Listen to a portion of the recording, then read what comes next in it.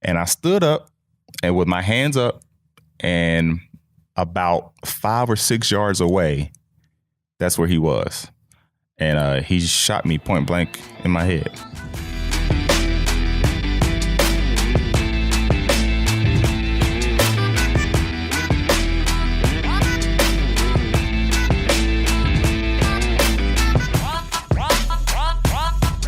On this episode of the Late Night Startup Show, we are speaking with Christian Kimbrough of Revive Minds. Christian has an insane story. When he was 13 years old, he was shot in the head from about 5 yards away, and it left this gaping hole about fist size in his skull. He had to learn how to walk again, learn how to talk again, and completely start from scratch, essentially.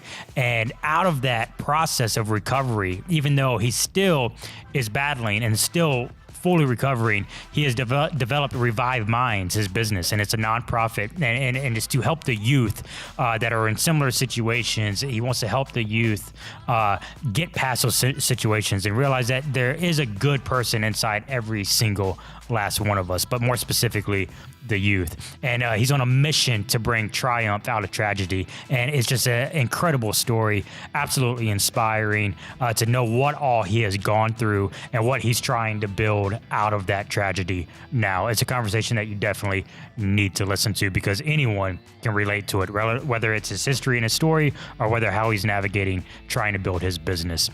Before we get into it, we have to thank our sponsors, of course, RCR Video Marketing Group, an Atlanta-based multifaceted video production company creating compelling content to fast forward your business, and Digits in Motion. Digits in Motion is a full stack digital agency. You've heard me say it on almost every podcast. Rob and his team are absolutely wonderful. I work hand in hand with them on several websites and apps. Whether you need an app or a website, contact Rob and Digits in Motion. They'll be sure to help you along that process.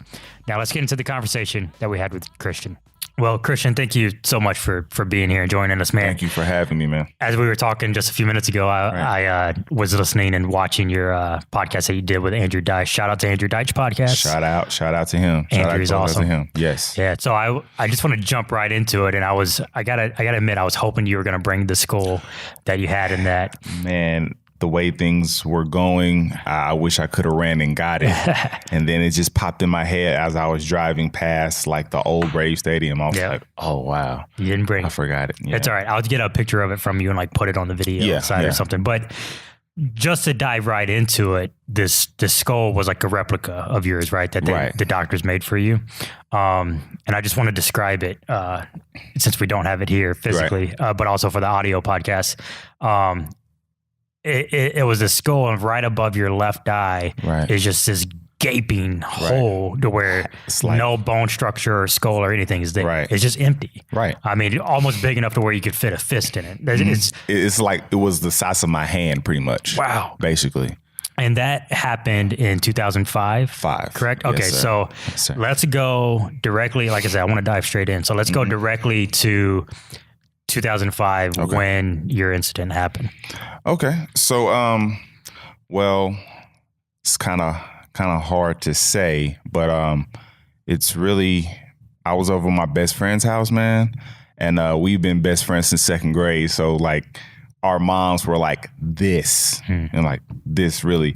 And so like I'll go over his house one weekend, he'll come over mine, and we'll just, my mom and his mom wasted a ton of gas and, traveling us back and forth. But this weekend I was at his house, and he had a cousin. I don't know if it was a play cousin or, an actual cousin, but he was staying over at his house. You had never met him or seen him before? Never met him in my life. From the second grade all the way to the 8th grade, never encountered him. Never, I'm guessing he was a friend of the family, and how you call people your cousin. I don't know what that case was, but so he came over to the house because he was on drugs. Didn't nobody want him. Didn't nobody want to, partake in, his doings or whatever. So, and wait, how old was he then? I think he was 19 or 20. 19, okay. And you were? I was 13. 13, okay. I was 13. And so by that time, we were all buddy. It was just before winter break, you know, how that Friday they let you out and then, you know, you don't come back to school until like January 5th or something like that. So it was one of those days. And we had just came out, you know, from seeing Aeon Flux. Please tell me you remember that movie? So even though I'm in video production and filmmaking, I don't watch that many movies, but I'm sure Ray's heard of them. Yep, I know it. Yeah, okay. All right. Well, he picks up my slack. It was with Charlize Theron or whatever, but that was a memorable movie for me because that was like one of the last memories I had before, you know, my accident. And so we went to go see Aeon Flux, and then we went to IHOP to grab some pancakes. Yeah, and by that time. Wait, you didn't grab burgers? It's International House of Burgers. No. Right?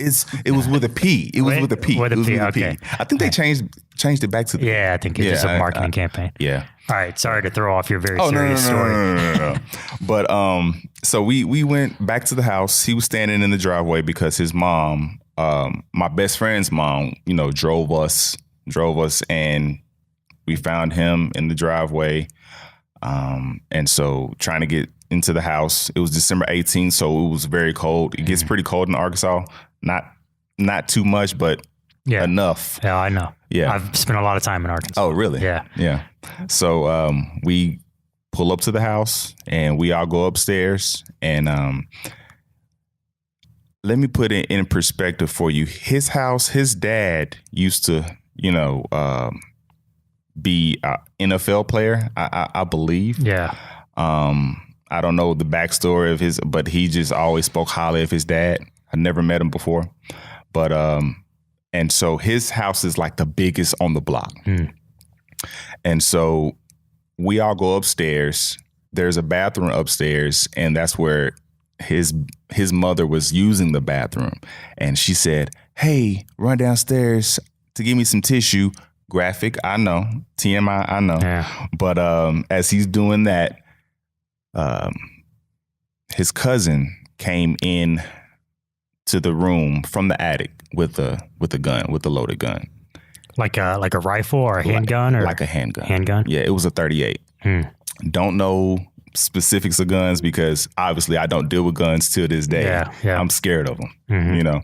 But and I have every right to be. But he just was whispered to me, it's 2 blanks in the gun, 2 real bullets in the gun. Wait, so he whispered it to you? He whispered it to me, you know. That's creepy. And and at 13, I don't understand that terminology. I don't, you know what he's talking about, you know. And I just, you know, got up. Hey, what you doing with that gun, you know?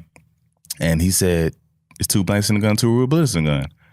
And I stood up and with my hands up and about 5 or 6 yards away, that's where he was. And he shot me point blank in my head. So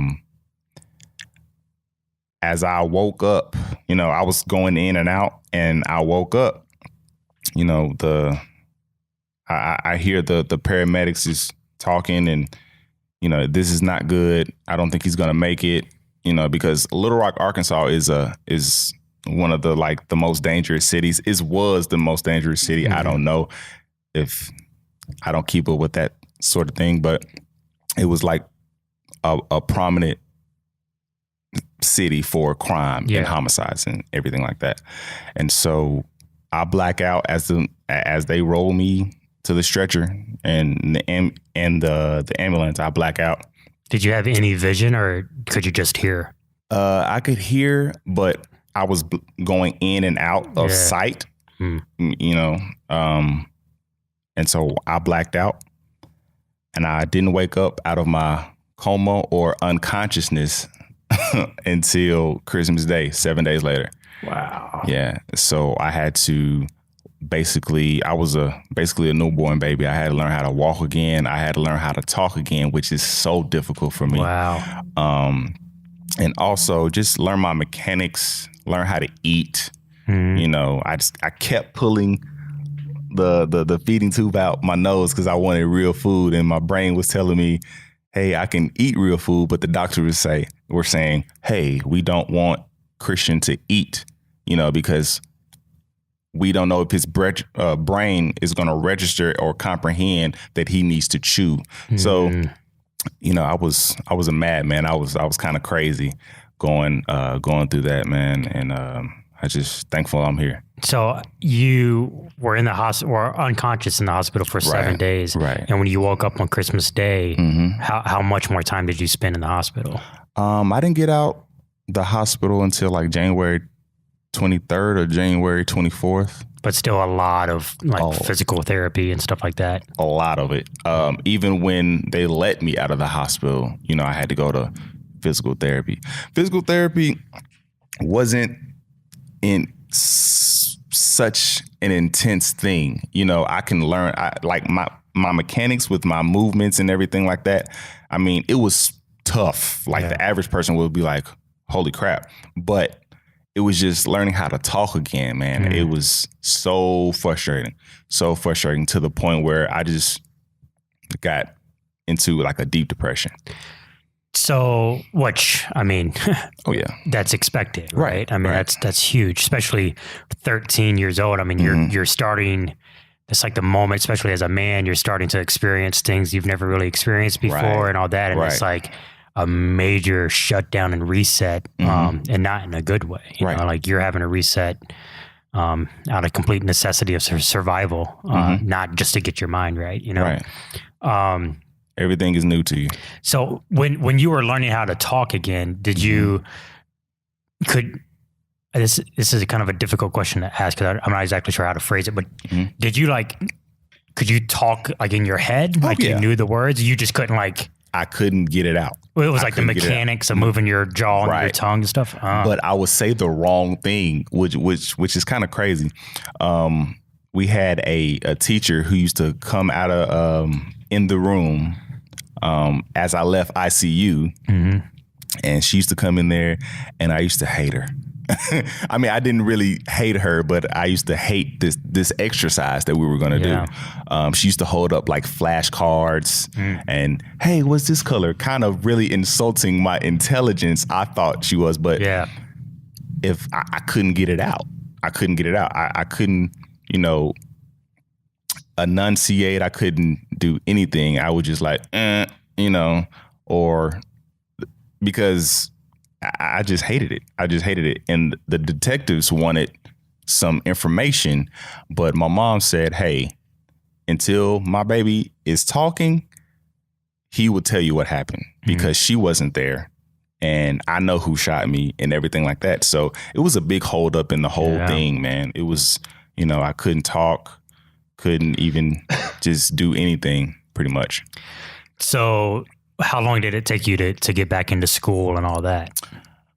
I went to high school, so it was about 6 months. It was about 6 months. Fun fact, I didn't have a skull in my head for 6 months.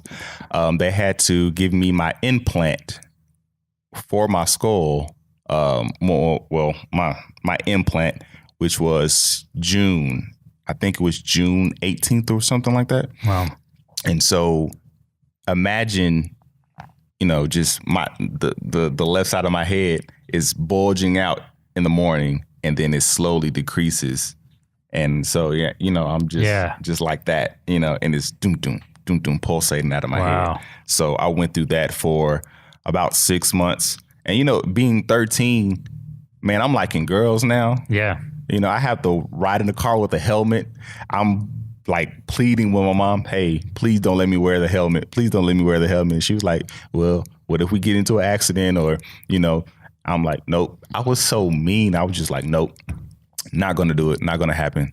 But, we all know who won that battle. Yeah. So while I'm still here, but it's just stuff like that, man. I went into more depression, man. It was kind of crazy and surreal. So if you don't mind me asking, what did your depression look like? I mean, because to me, depression means various things. Like people can use certain vices to cope with that, or they just go into a deep, dark hole, don't want to deal with anybody, or... Yeah, I mean, mine was a deep, dark hole but not as deep and dark as the next person. Like, I would question, why did it happen to me? Why did, I was a good kid, made all good grades, made, the right choices, never been suspended from school, not gang affiliated, anything like that. So like, I'm wondering, why did that happen to me?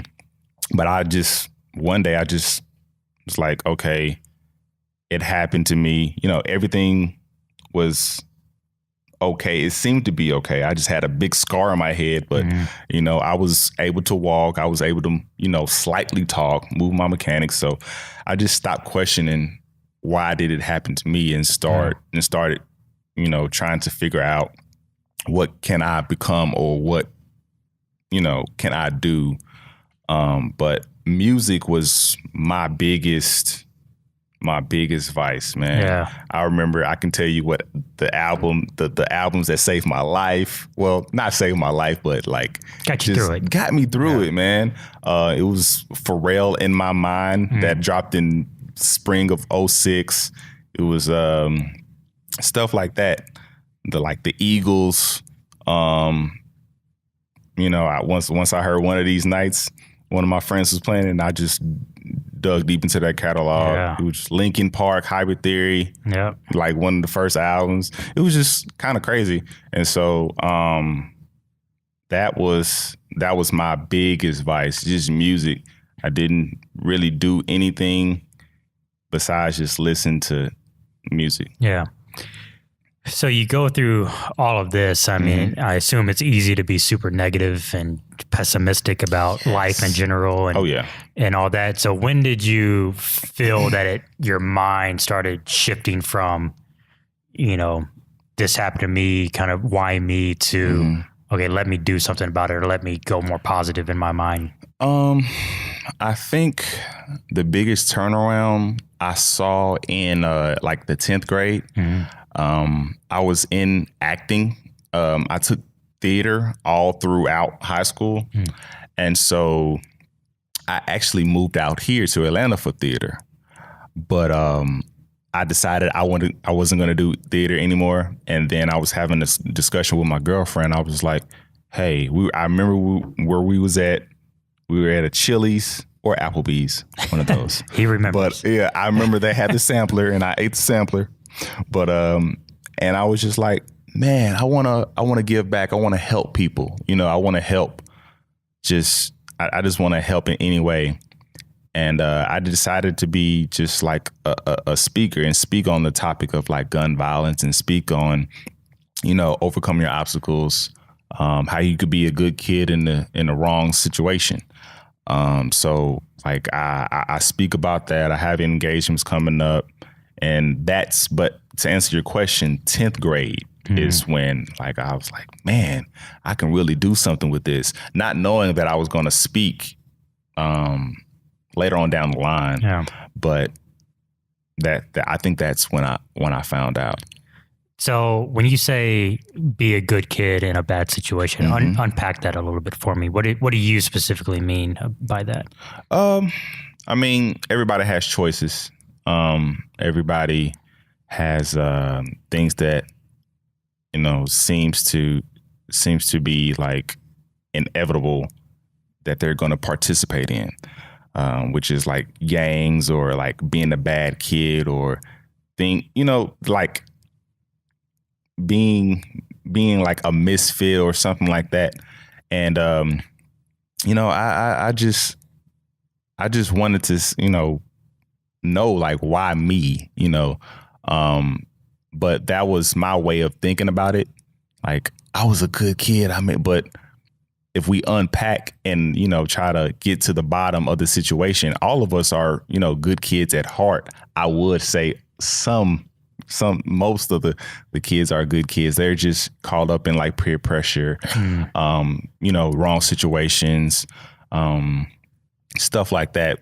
Things that they're taught in home, things like that. Yeah. And so, it's just, I was questioning myself, hey, why me? Why in this situation? But it's like, if you unpack and, unravel, different layers to get to that kid's heart, yeah, you will see like most kids are like very good kids. They're just, they don't have anything to do, or they don't feel like anybody loves them, stuff like that. Yeah. So, yeah. Yeah. Not to get political with it, but it brings up the situation with the kids from Kentucky, the Covington school kids.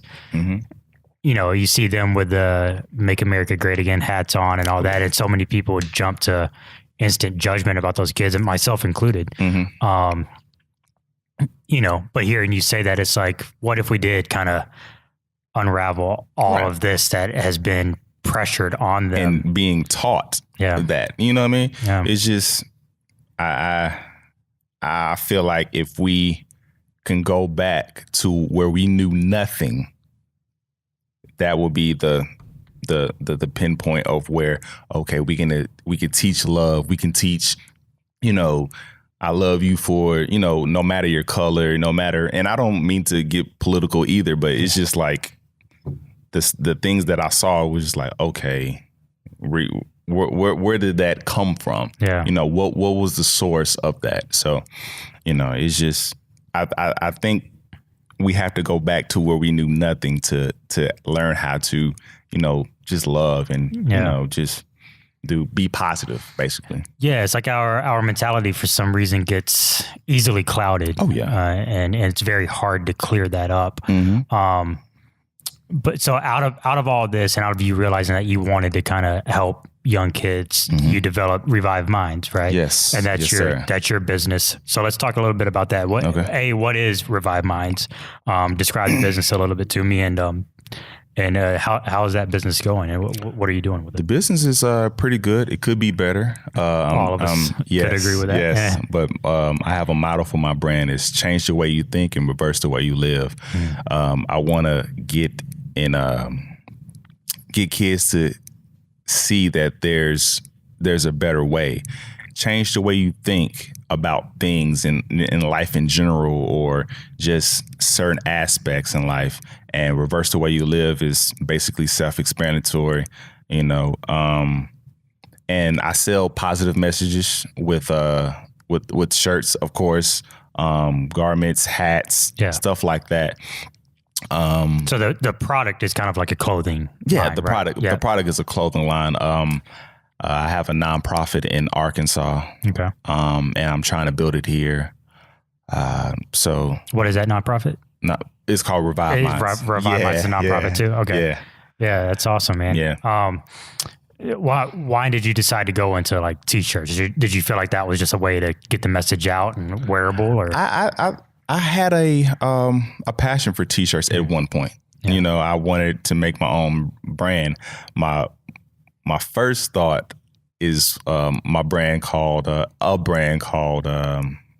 ADHD. I was going to title it ADHD. Adolescents Do Have Dreams. Nobody take that. Nobody take it. Nobody take it. Nobody take it. But yeah, I'll just beep it. In the audio. Yeah. No one will ever know. But so I just wanted to reach the adolescents. Adolescents do have dreams. But I love that. Yeah, I'm gonna take it. Yeah, man. So that was my first thing, and then it was the birth of Revive Minds. I had a passion for t-shirts. I really like. I had the heat press. Yeah. I had the heat press back in 2011 or something like that. My mom surprised me for Christmas or whatever. Nice. And I was like, yes, I could finally do it. And then I got, vinyl cutters and everything like that. Then got here. I'm just like, I don't want to do this. I just want to speak. But I'm like, okay, I know I can make money and capitalize off of the designs that are in my head. Yeah. So, I'm partaking in the drop shipping field, stuff like that, Yeah. But everything could be better, but it's going. Yeah. It's going. So is it ever difficult for you to figure out how do you ever get in your head about turning your tragedy into somewhat of a business. Oh yeah. Do you ever get like self-conscious about that, or like? Oh yeah, all the time. Yeah, all the time. My biggest thing is I feel I need to be perfect in order to do anything, whether that's putting out a video, marketing myself, or doing anything like clothing wise, t-shirts, everything. I feel like I have to be perfect in a way. And if I don't feel that way, I'm not going to put it out. I have so many designs. I have like a full catalog full of unused designs, and they will never see the light of day. Just because you don't think they're perfect. Just because I don't think they're perfect. And I show them to people all the time, like my close friends, and I'm like, what are you doing? That should have been, Yeah. And with my speaking, I gave a speech in 2015 that marked the 10-year anniversary, and I spoke to the kids, and it was a Friday before they got out of school. Yeah. And so like I really felt like I left them with something. It was the top story on the news. Had media come out there, and I was like, yeah, this is my big break. But I felt like that it wouldn't be as much received as me telling it to someone else, because I think my school was Horace Mann.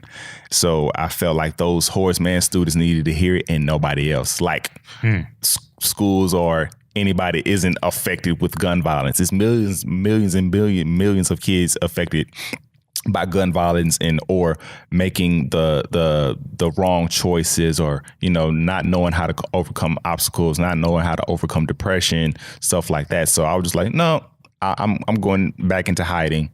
And when I got inside of my head, I was just like, oh yeah, I'm not doing anything unless it's perfect. And then I lost confidence just like that. Yeah. So I definitely get in my head. I definitely get in my own head. That's interesting that you say that, because I mean, in our industry with video production, like obviously we strive for perfection all the time, and it's totally unattainable. I mean, simply because there's so many people that have the final say. I mean, if we do like a passion project, obviously we have the final say, but for the bread and butter, what's making us money, we're answering to our clients and to our clients' bosses and all that. And it's like what we deem as perfect, they may think is complete crap, Right.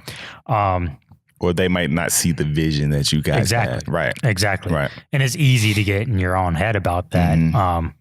But it's interesting that you said getting in your own head about being perfect makes you lose confidence. Right. And it made me lose a ton of confidence. Yeah. A ton. But someone like you who went through getting shot in the head, had to learn how to walk and speak again, at a very young age and navigate that, you would think that you have this like mental strength and power, especially because you're so positive about it all. On the surface anyway. Like no one really knows what goes on. I have no problem talking about it. Yeah. People are like, oh, it might be a touchy subject. I'm like, just ask away. It's such a huge part of your life. Right. But I'm saying if someone, is talking to you about it, it seems like you overcame such a huge obstacle and still are, but yet this desire for perfection gets in your way. Right. Why do you think that's so hard to overcome for you? To answer your question, I don't know. I don't know where it came from. I think I look at others too much. With the new age social media, I have like a ton of speaking friends, and they travel all across the world actually. Yeah. Like Africa, Australia, stuff like that, speaking.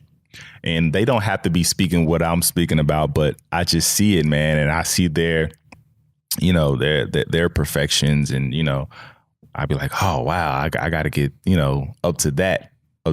And, I don't put stuff out for like maybe a week, 2 weeks, 3 weeks goes by, something like that. And I still don't put it out because I feel like it's not perfect. So I have to get out of my own head. But yeah, it's just watching other people, man. It's just like I have to tune everything out and just go for mine. So Yeah. Well, it's funny because on the Andrew Deitch podcast, you said that you don't pay attention to the news anymore because it's every other week it's a different shooting, or it's the crap that's going on right now with the government shutdown, which is affecting people in my family tremendously. And, my family as well. Yeah. So it's funny that you say that you don't pay attention to the news because it brings negativity to you, but it sounds like paying attention to speakers that you look up to is holding you back as well. Yeah. What's going on, man? Come on, put it out. Put it out. Stop striving for perfection. I just have to stop. I just have to stop looking at other people. I mean, because it'll be, I'll be 30 and I won't put out anything, any content or anything like that. I'm 26 now, so I have a lot. I have a long way to go. Yeah, I would say. Yeah. So do you remember? This is kind of backtracking a little bit, but do you remember your childhood prior to 13, or you do? Okay, I wasn't sure if when that happened. If and I get that all the time. Like, you're gonna have amnesia, and people were talking to me like, "Do you know who I am?" I'm like, just shut up. Like I know who you are, Cindy. I know who you are, Brittany. Like don't do that. Yeah. But I totally get where they were coming from because they're in the 8th grade or they're a little bit older than me. But it was crazy. So I'm just assuming that forgiveness has played a huge part in your life. Is that true? To say the very least, yes. Yeah. Yeah.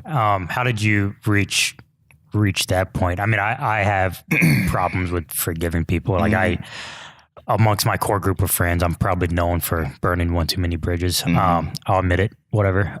Me too. But it was such a situation like that, like a tragic situation, you have to find forgiveness eventually or else it's just going to be the detriment of you. How did you get to that point? So funny story. So my best friend back then, right? He's no longer my best friend anymore, but we're still cordial. Yeah. Wait, was he the one that? No. Okay. No. That was his cousin. Gotcha. I was just over his house, but we have to be cordial because you know why? My best friend now, her name is Portia, right? And her boyfriend is his best friend.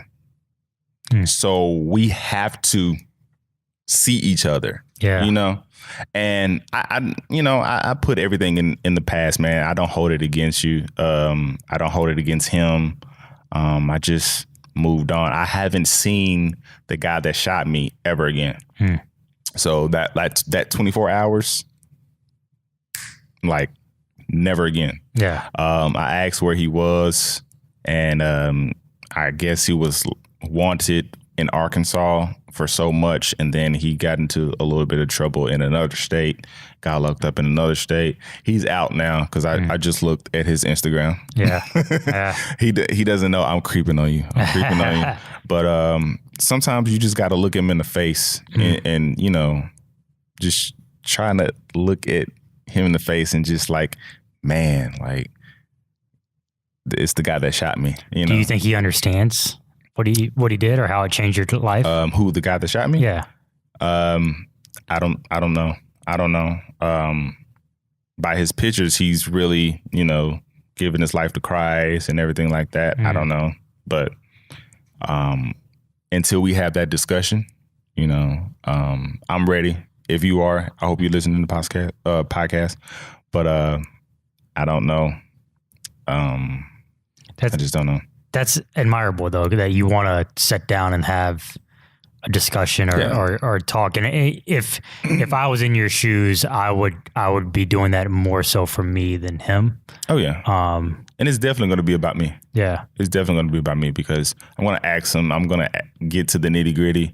Like, why were you even doing that for my sake? Because now you've changed my whole perspective of what life is, what things I should be afraid of, giving over depression, just, suffering from TBI, things like that. Because I still suffer from TBI. Wait, what's TBI? Traumatic brain injury. Oh, wow. Okay. Yeah, how does that affect you on a daily?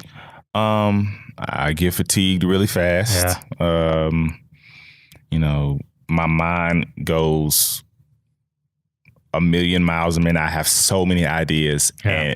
And by me having so many ideas, it's hard to focus on one thing. And also it's just, I get tired really, really, really fast. Yeah. Lose like part of my muscle memory, stuff like that. I just imagine when you have this conversation, you're going to like bring your skull in. Oh yeah. Set it down. Mm-hmm. You should just set it in the middle of the table and just stare at him for a second. Yeah. Look at it. Just look at it. Yeah. That's, but yeah, it's definitely going to be for me. Yeah. It's definitely going to be for me because, I have to get to the bottom of the madness and why I was a 19 or 20-year-old pointing a gun at a 13-year-old, Yeah.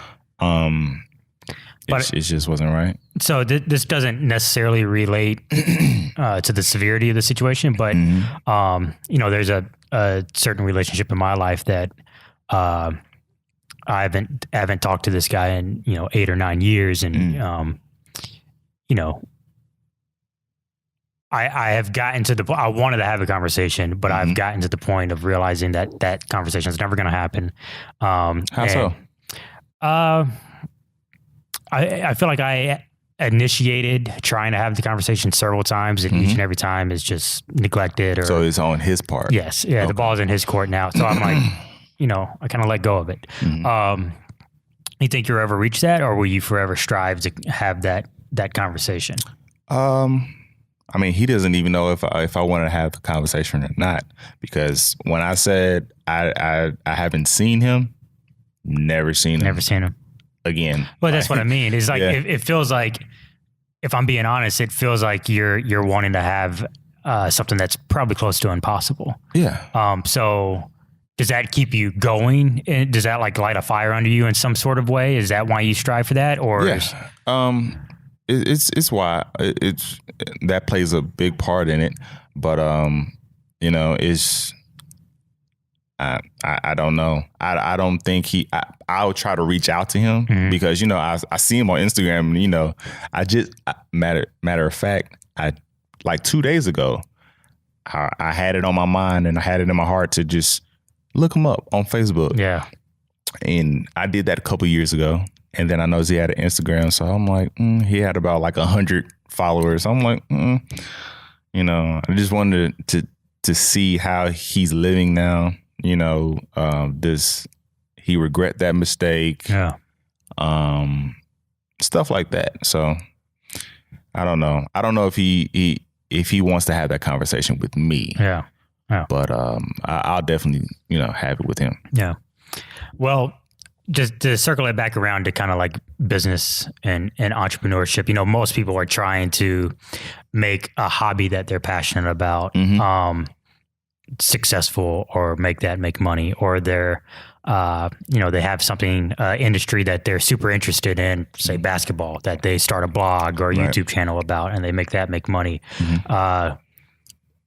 You, on the other hand, are turning this tragedy of yours into a business or a nonprofit. And do you ever feel not passionate about it because of that? Does that make sense? I feel like. Can you reword that question? Yeah, maybe. I'm speaking of ADHD. So I guess what I'm saying is, the reason I'm able to do this podcast every week, and the reason I'm able to put 16-hour days into my video production company, is because I absolutely love what I do. Okay. I love what I do. Right. And I can't say that if something tragic were to happen to me, one of the most tragic things that happened to me was I was 2 hours away from dying when I got diagnosed with type 1 diabetes. Oh, wow. And I was in the ICU for several days and all that. That's probably one of the scariest and most tragic things. But out of that didn't come a passion to speak about being a type 1 diabetic, or speak about, me struggling to afford healthcare in America because of the healthcare crisis and all that. So like out of that tragedy, it wasn't born some passion to speak about it or any of that. So what I'm asking is, do you ever feel like what you're doing doesn't align with your passions and that you're doing it simply because it is your history or it is your past? Oh, okay. To answer your question, I mean, theater helped me out a lot. And so I feel like I was headed in the right direction. And then this is my passion to just spread out my message. But my thing is, I watch too many people, man. And I get inside my own head. But this right here is my passion. So I might have misunderstood your question. No, that answers it. But yeah, because theater really brought it to the forefront of because I was getting lead roles in plays that older people in older grades should have got.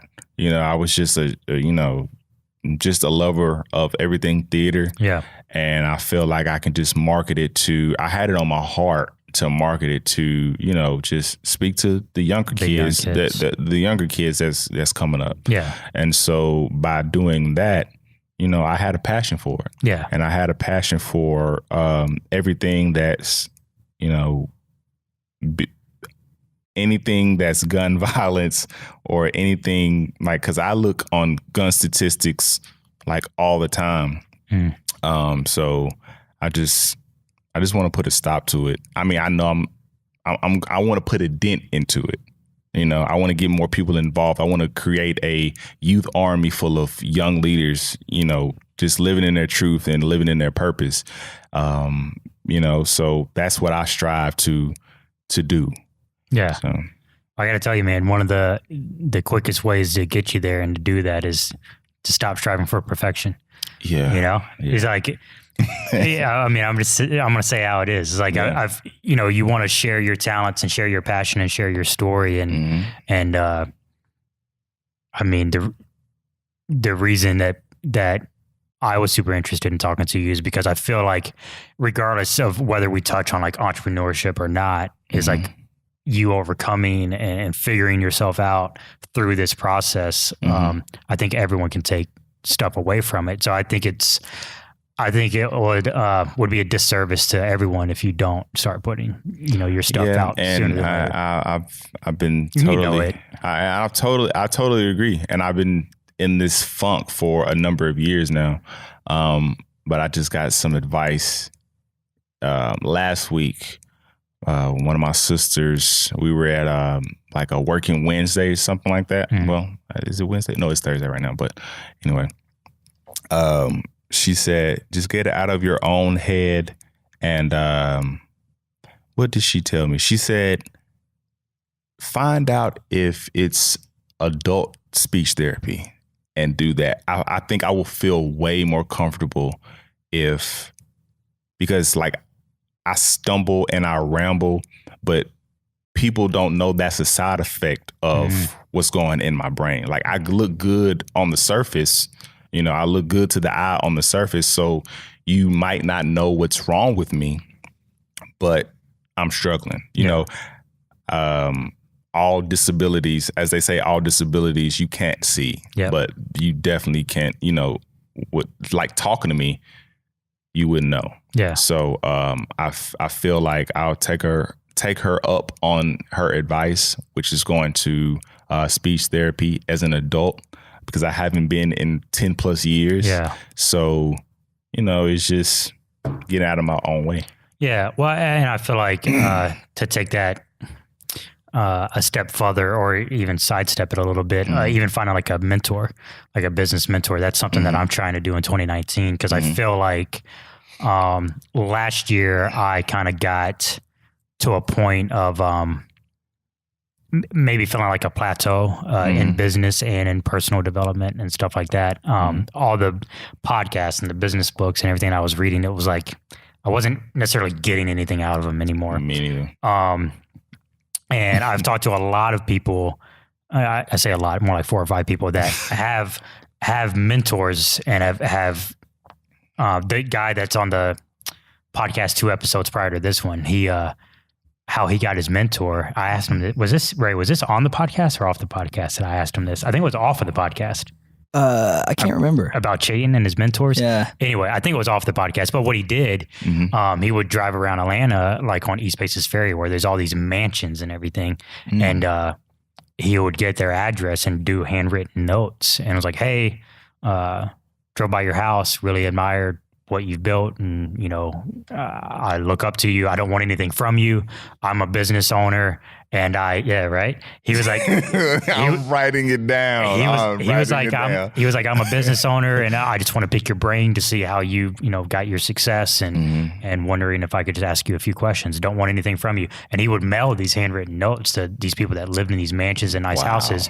And out of that, he got several mentors that he's built relationships with. That when he has like confidence issues, or even if it's like accounting issue or whatever it may be, he has a pool of 4 or 5 mentors that he can go to that have been through all of this. So like speech therapy, I think is great, but even in addition to finding like that business mentor that's been through, I'm going to get on that right now struggle. Because I think with me, I've had mentors. I think I burned my bridge, or this close to burning my bridge with those mentors, because the speakers that I know, and they'd be like, come on, Christian, do this, write your book, write da-da-da-da. And as I say, everything goes in my mind at once. And so I can't focus on anything. Yeah. And I think that's hard for them to, pick up, and, because when they move, with or without you. So,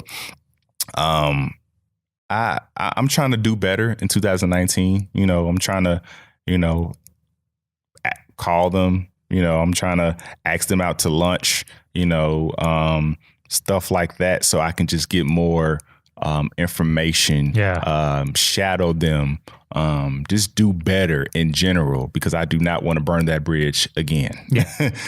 So I'm just trying to rekindle what we had, because, in 2017, 2018, we were tight. So, I just want to do it how they do it, basically. Yeah. So what's next for you? I mean, obviously you're going to keep building Revive Minds, right? What's coming next? I mean, obviously getting mentors and trying to get over that hurdle of striving for perfection. But I'm trying to build Christian Kimbrough as a whole. Okay. Your personal brand? My personal brand.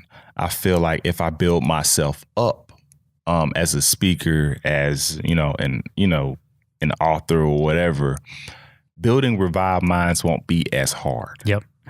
Because it's a byproduct of me. I had to learn that from my good friend and speaker, Jeremy Anderson. He says, why don't you just build yourself? Yeah. Because I was so stuck on Revive Minds. Why isn't anything working for me? But they don't know who Christian Kimbrough is. So, if I build up who I am, and so everybody would know my name, then I could build up Revive Minds, because it's going to be a byproduct of me. Well, you're putting a face to the brand, and like your story is the genesis of the brand, right? So like you have to. You're talking about music being a huge part in your life. I see you like speaking and out there speaking, and then you have like the merch table. As of Revive Minds. I think that's huge. And just even what Revive Minds stands for you, I don't think you can get what it means any other way besides having you build yourself up in your own brand. Yeah, man. It's I think it's vital. And I feel like it's very necessary to build myself up first, not only because, I'm kind of struggling to figure out who I am, because I get in my own head, of course, about, oh, well, they know I got shot in the head. So what's next? What content can I possibly deliver that is going to hold their attention, or everything has to be perfect. So I'm getting out of my own way with that aspect, and just really building myself up first. Yeah. So I think that's most important. And yeah, just wait and see. So how often do your conversations with other people about your story go political, as far as like the gun debate? Not to take it political, but I'm just curious because I feel like anyone trying to grow a business, they don't want to have like such political conversations. I mean, but here's my take on it. I feel like everybody, if you want to own a gun, do it. Yeah. But I feel like you have to be educated on how to use it properly.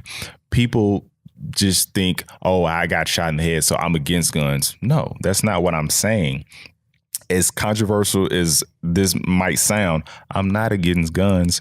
I just feel like you have to be educated, an educated individual, and educated on the gun that you're purchasing, you know, stuff like that. I'm not against guns, but I just feel like, you know, I feel like if that can happen to me, then that can happen to anyone. Yeah. So I feel like it's my duty to just inform them on the effects of, you know, the situation at hand. It's like the irresponsible gun owners, right? Right. I mean, to be honest, I grew up with the guns in my life. Like I grew up in the South, so my dad was a hunter, and we had semi-automatic rifles and all that. And I remember holding a gun for the first time when I was like 6. My whole family shooting it. My whole family on my mom's side is country, and you know they own guns and everything like that. So that's why I'm like, if you want to own a gun, by all means, but you better be educated on how to use it. Yeah. Me personally, I don't see myself owning a gun just because out of that fear. I'm like, they're not for me. So traumatic, Yeah, I mean, it's traumatic. I mean, before you even hold one in your hand, you're getting blasted in the head. Yeah. So it's just like, no, I don't want to experience that anymore. I don't want to hold it. I don't want to do anything. So, you know, but. And I feel like a lot of the responsibility falls on parents. I'm just going to put this out there because I think it's an important point. You know, when I was growing up, my father made it a point. He knew that we had guns in the house, and he had a safe and all that, but there was like the handguns that were left out for self-defense or whatever. But, you know, he made it a point at a very young age to be like, this can do serious damage. You don't touch it. This is the safety. Like he walked me through year after year as I was growing up, like how to properly not fire a gun. I don't want to say that, but I knew enough about the gun that I wasn't curious. Exactly. And I think that's huge. As he should. Yeah. And I think so many parents have guns and then like they want to shield them from their kids because they don't want their kids to find them, or like they don't want their kids to have an accident. But the more you hide them, if the kid knows it's there, the more curious they're going to be. Yeah. So that's my whole thing. It's like, if you have it, just educate yourself on that.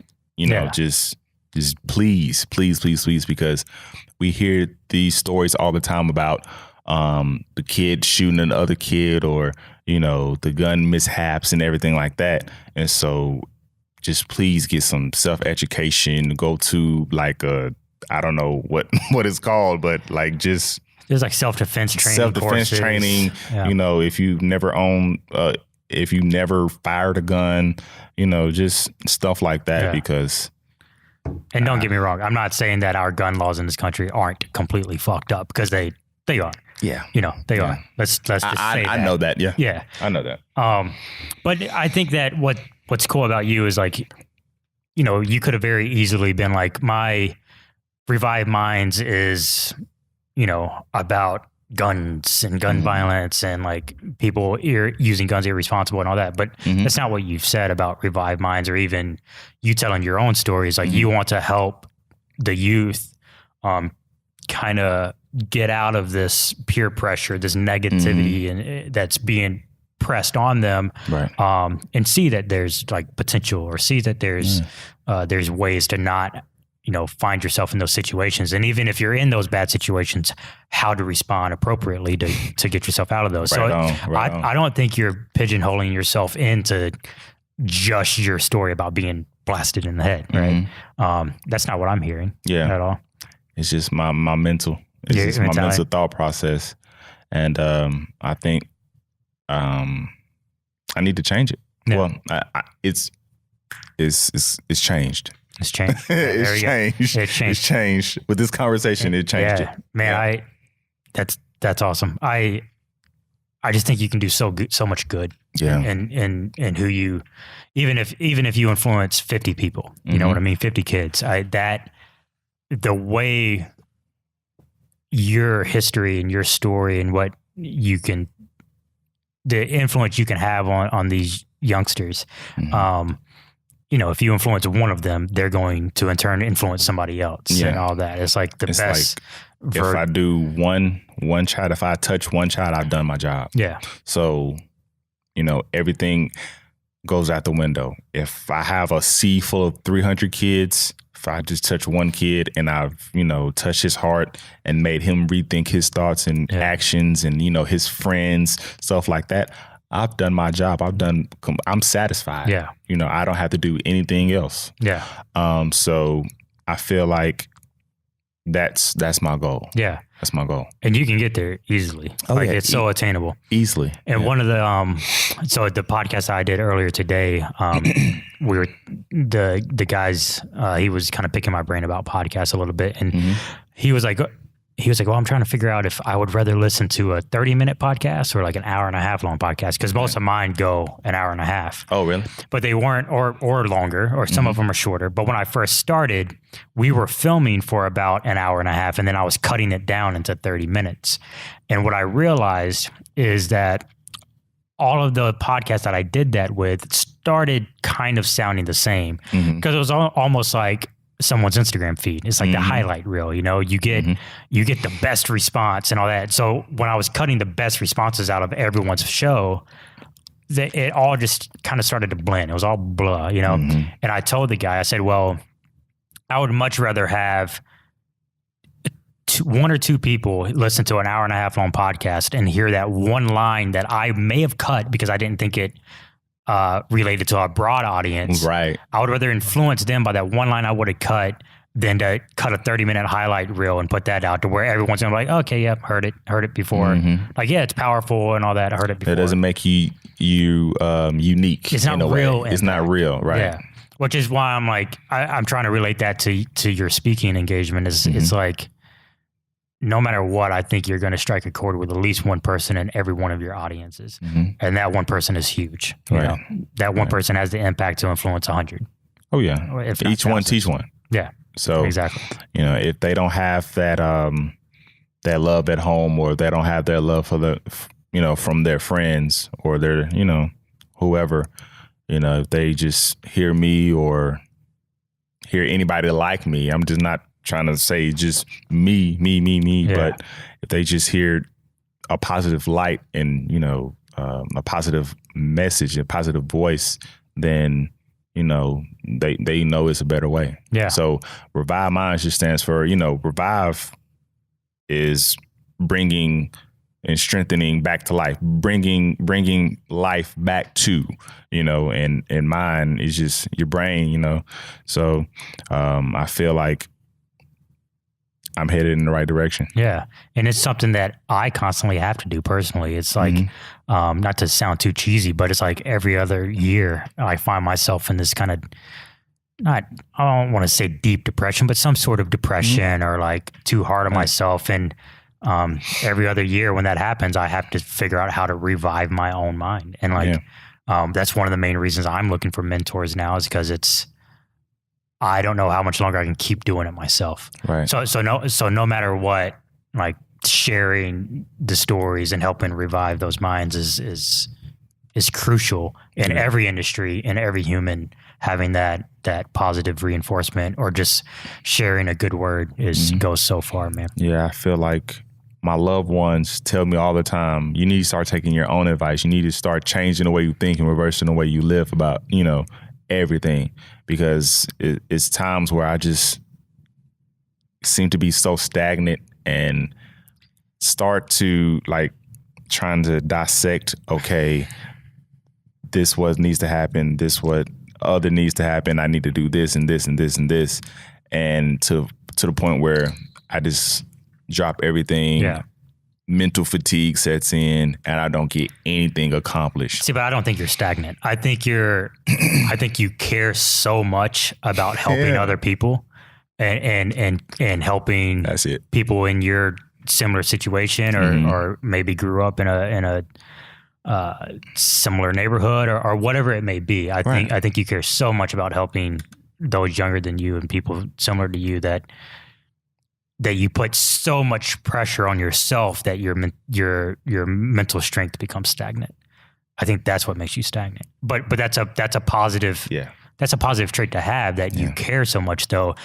The trick is figuring out how to navigate not becoming stagnant and sharing. And I think having, that adult speech therapy or a mentor or even psychologist, maybe, I don't know. Yeah, it's something. Yeah, like it's something somebody like, to talk to. Yeah. There's definitely ways around it, but I feel like it's easy for us to be too hard on ourselves, especially in like people like you and I. Is I see a lot of similarities as far as like wanting to reach out and help other people and caring a lot about other people and caring. I say all the time, I don't care what other people think, and I totally care what everyone thinks. Totally care what other people think. But it's a good pulling from opposite ends is a great thing to be able to do, and that's one thing that I think I'm learning to do over the last couple of years is figuring out how to completely care, but know when not to care. Yeah. And what's funny is the more that I learn when not to care what those people think, usually those people start to care more about what I think. Right. It's a weird dynamic. That's the saying on social media is like 2019. I'm not going to care what anybody thinks, but I'm trying my best to own it.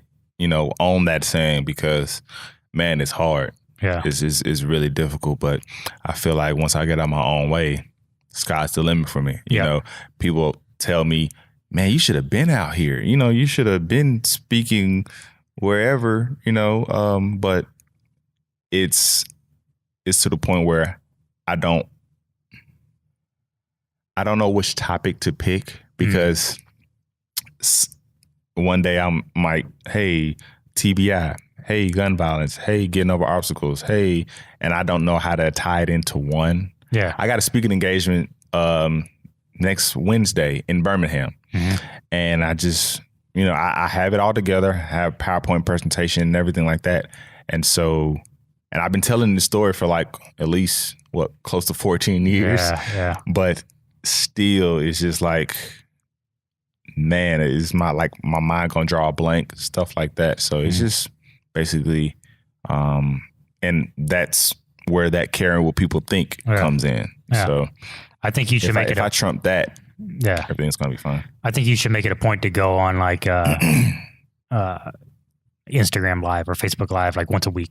Yeah. And just spend 30 minutes. It doesn't matter if one person logs in to watch you or zero. It's like, but I think the routine and the practice, and then like the more people that start to watch you, the more you're going to realize what's the most engaging. And I think it will help you navigate that. But funny what you said about, one of the hardest things is to take your own advice. That's what everyone's telling you. And like the more that I give like out advice, the more I go home at night, I'm like, fuck, I should take my own advice. Yep. I'm the master of, people, my friends run up to me, hey, what should I do? Yada, yada, yada. And I'm the love doctor. Yeah. I'm the person that you said that knows in a good voice. You're like love doctor. The love doctor. Oh, I like it. Love doctor. But yeah. And, I'm good at business talks or what should I do? Should I do this or do that? I can give you advice all day, and I give great advice. Yeah. I just don't take nothing for myself. Yeah. So I'm just like you. Yeah.